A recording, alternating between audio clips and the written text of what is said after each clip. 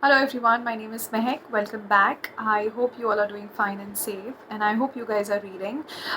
Here to talk about a new book. But before that, for those of you who saw my Japanese made book, you must have heard about me talking about cycling and how it's an activity that you can include in your daily lifestyle for a happy and healthier lifestyle.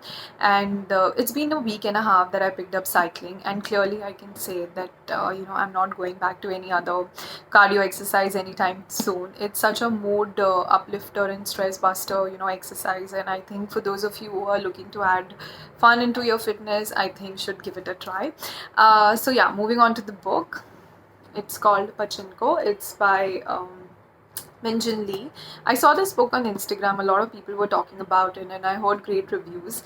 And but honestly, I picked up this book because of the name Pachinko. I think it had a very different, unique ring to it. So yeah, I mean, with the first glance, if you read the summary behind it, looks like a family saga, but I think the book is much more. It also talks about some historical events that took place in Korea and Japan. The book is basically set between 1911 and 1989.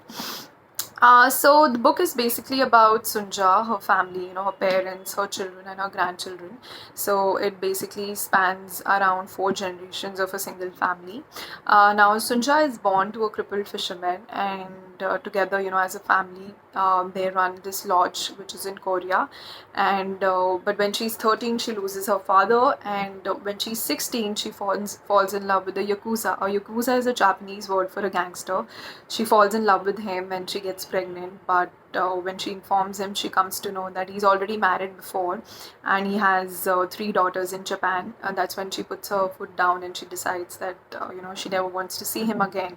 And just when things start looking gloomy for them, and Sunja and her mother feels that it's the end of the world for them and their life is spoiled, a miracle comes in a form of Isaac. So Isaac is basically a minister. He's a pastor who is a minister of a church. He's on his way to Japan, and he comes and stays in the lodge, and he's actually suffering from tuberculosis, and things are not looking great, health per se for him.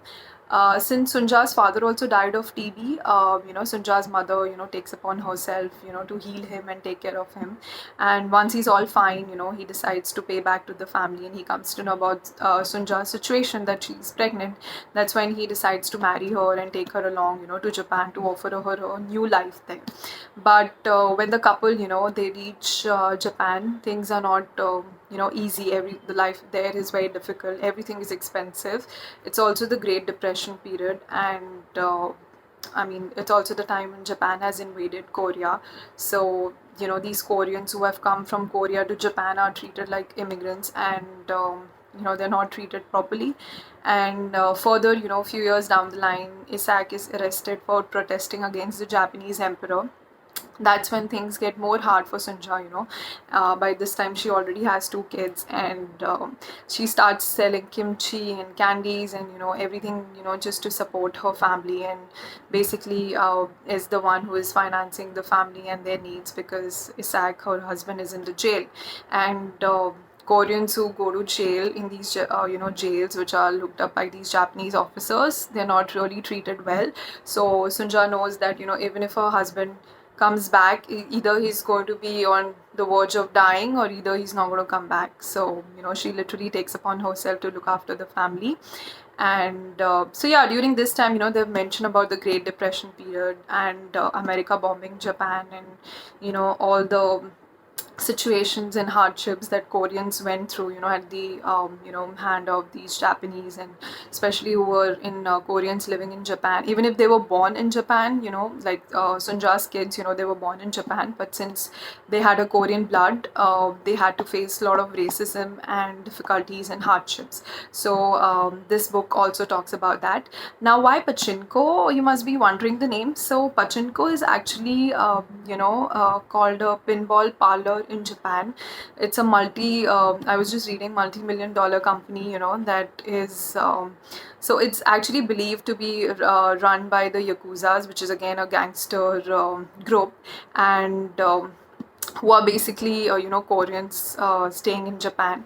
So a pachinko parlor is basically a pinball gaming parlor which is run by these Korean Japanese, which is an immigrant community. So it's about how Sunja's kids become involved with the pachinko parlor, one by fate and one by choice, and how that decision basically decides the fate of the whole family for many many many years to come. And yeah, how the whole family deals with the stereotypes, the racism, and the hardships in Japan. So yes, this is basically what the book talks about.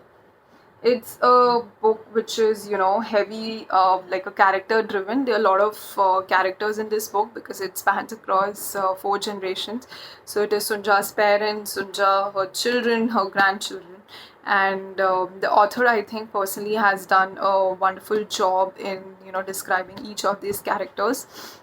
As a reader, I found it very interesting because besides the book being a family saga and full of the book is full of emotions and family and everything. But as a reader, it also gave me an idea about what the Koreans suffered during this time when Japan invaded Korea, and what all they went through. So it as a reader, it opens your eyes and gives you a lot of knowledge about historical events that happened in other countries as well.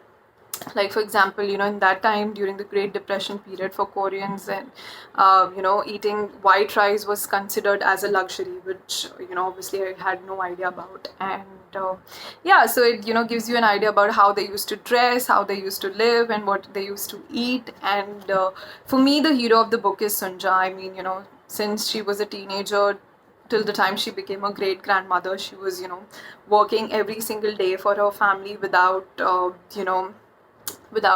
making any objections and everything. And she took upon herself, and in a new foreign country, she took upon herself to take care of her family, her kids, and everything. Even after her husband died, she never rested for a day, and did everything what was she could for her family and her kids. So I think she's clearly the hero in this book.